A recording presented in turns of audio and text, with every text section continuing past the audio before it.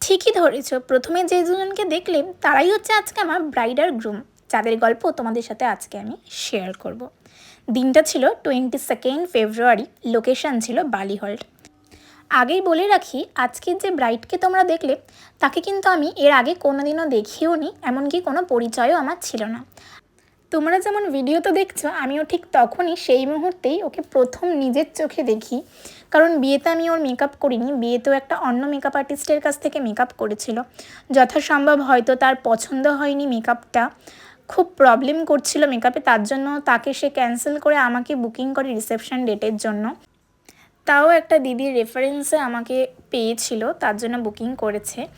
আর সত্যি বলতে bride groom বা তাদের ফ্যামিলির লোক সত্যি খুবই ভালো, খুব ভালো ব্যবহার নিয়ে তো কোনো কথাই হবে না। তো দেখো, তারপর বসিয়ে দিয়েছিলাম। তবে হ্যাঁ, একটা কথা বলে রাখি, আজকে ব্রাইডের কিন্তু শর্ট হেয়ার।